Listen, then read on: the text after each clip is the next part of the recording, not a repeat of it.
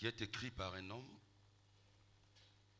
en la personne donc de l'apôtre. J'emprunte ici les mots de Papa Bafungissa, qui aime bien vous appeler apôtre parce que vous l'êtes. Mais avant l'entame de mes propos, notre primaire a été tout à l'heure un peu bousculé parce que nous avons écouté un homme excellent. Un homme excellent qui nous a parlé des choses qui nous a laissé dans une soif interminable. Nous voulons ici remercier le Seigneur pour la vie donc de Daddy Espérance Makadi. Est-ce qu'on peut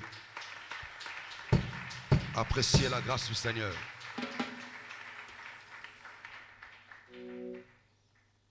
Alors ce livre a été donc préfacé par cet homme, Daddy Espérance Makadi. Bien sûr, il est écrit par l'apôtre Rifin Sonjo. Il a fait 8 ans pour nous produire cet ouvrage. J'aimerais quand même vous faire lecture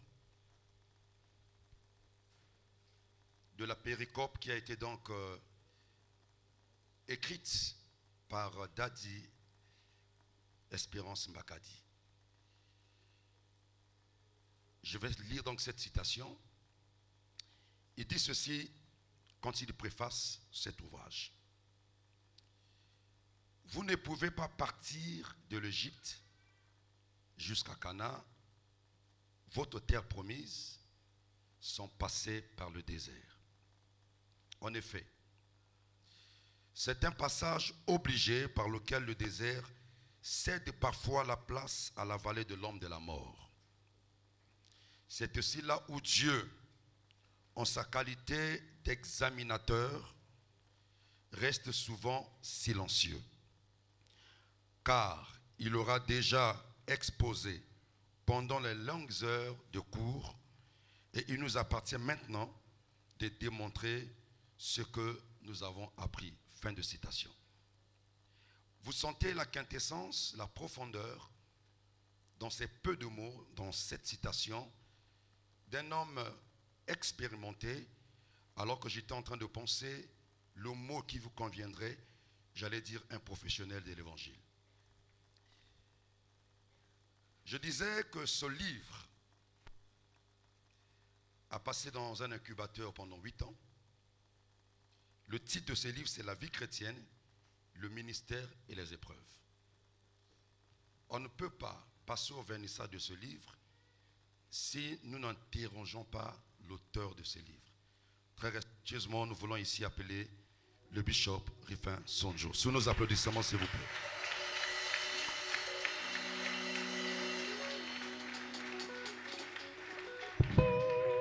Alors, bishop, nous allons nous prêter à un jeu de questions et réponses.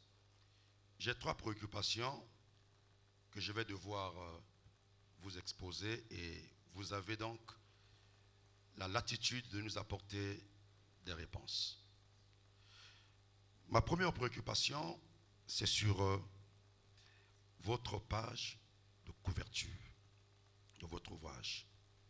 Quand je le vois, il y a comme quelqu'un qui est incarcéré derrière les barreaux, alors que de l'autre côté, il y a quand même une lueur d'espoir. Nous voyons des nuages. Tout à l'heure, il y a des gens qui vont s'en procurer. Est-ce que vous pouvez nous dire pourquoi cette image? Et j'allais même dire, expliquez-nous la couverture de votre ouvrage. À vous, Bishop. Merci.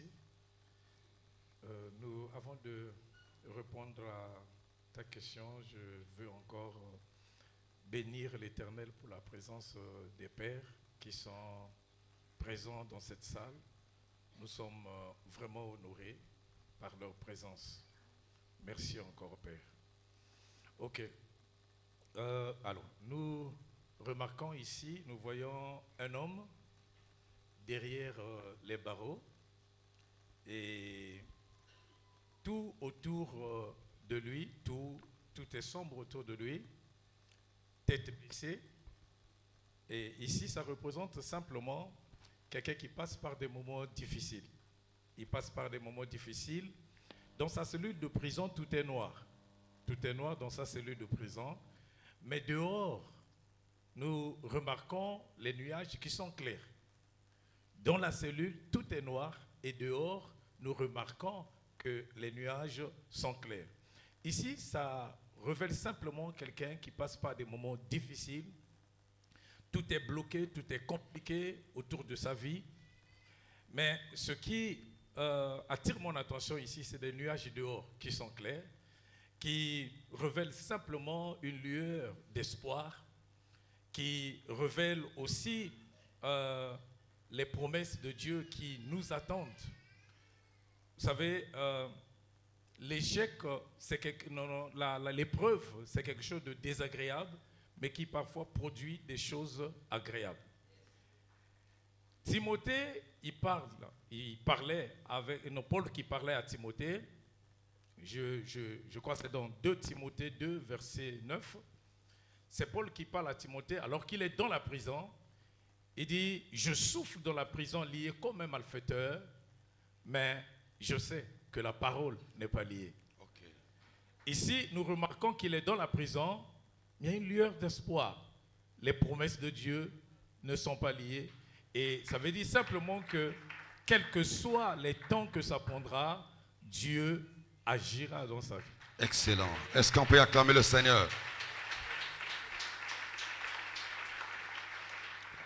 Bishop, je tiens à rappeler à ceux qui nous écoutent que vous avez donc 4 grands chapitres ici, que je m'en vais rapidement les citer, et puis les autres vont découvrir. Vous avez parlé de la vallée de l'ombre de la mort, qui est le premier chapitre.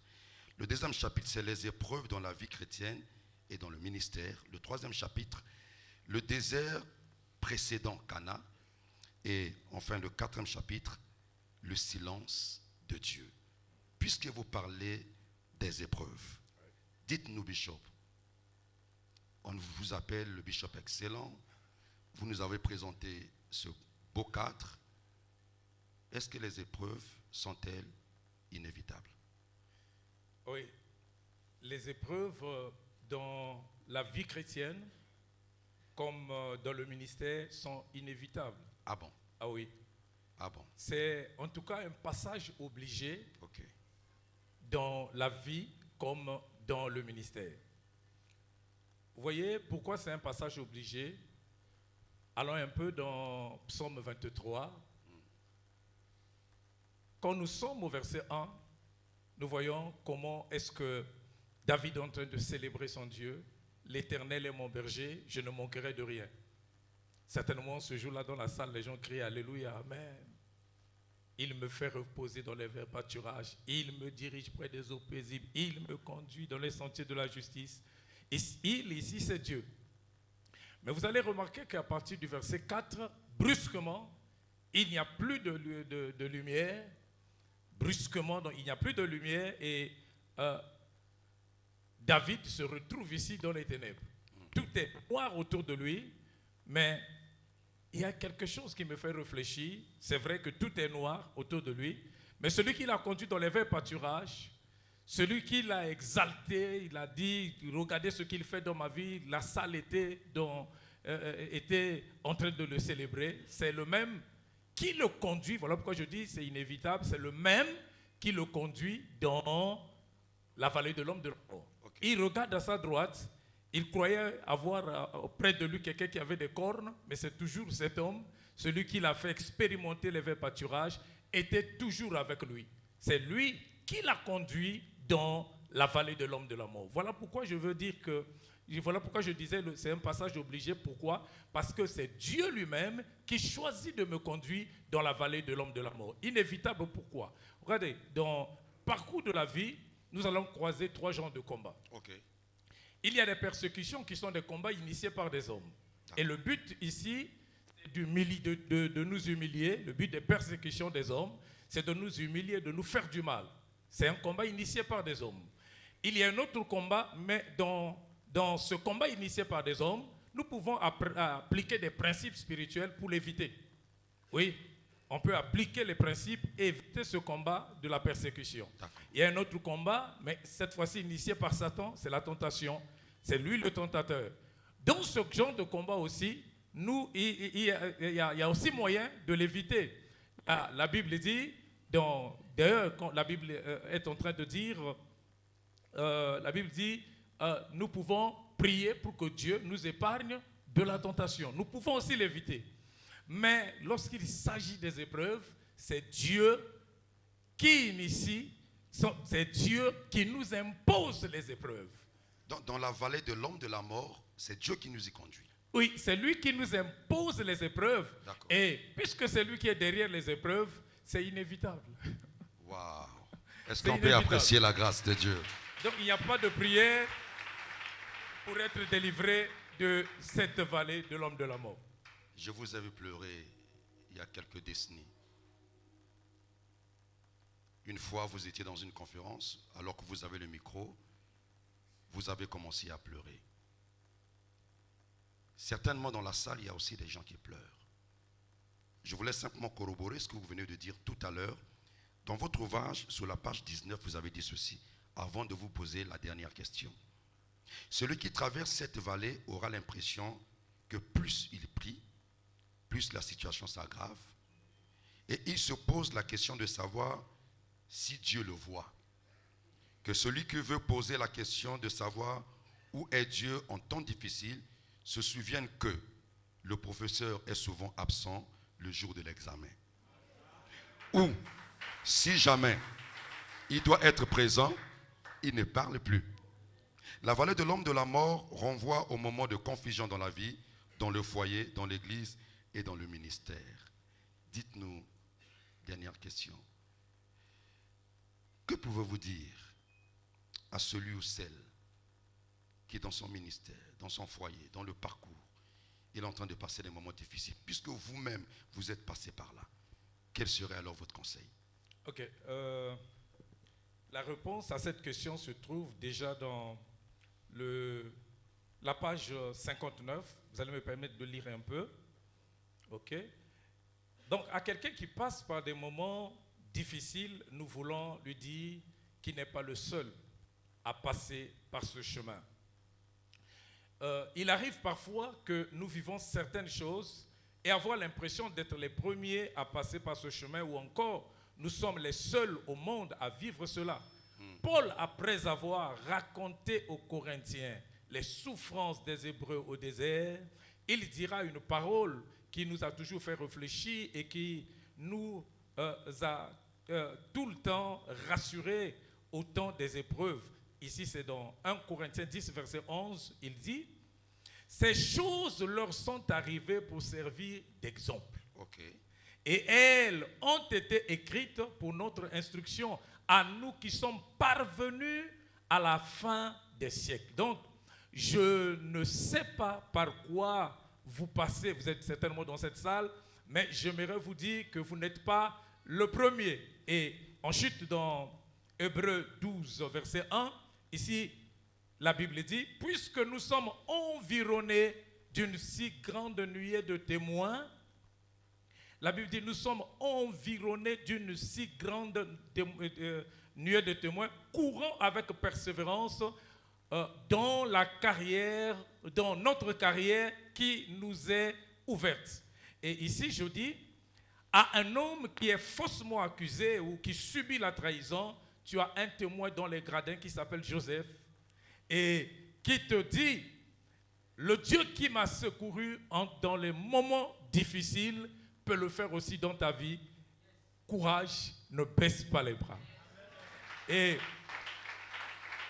à une autre personne certainement qui passe par des moments de stérilité, il y a Anne dans les gradins. Okay.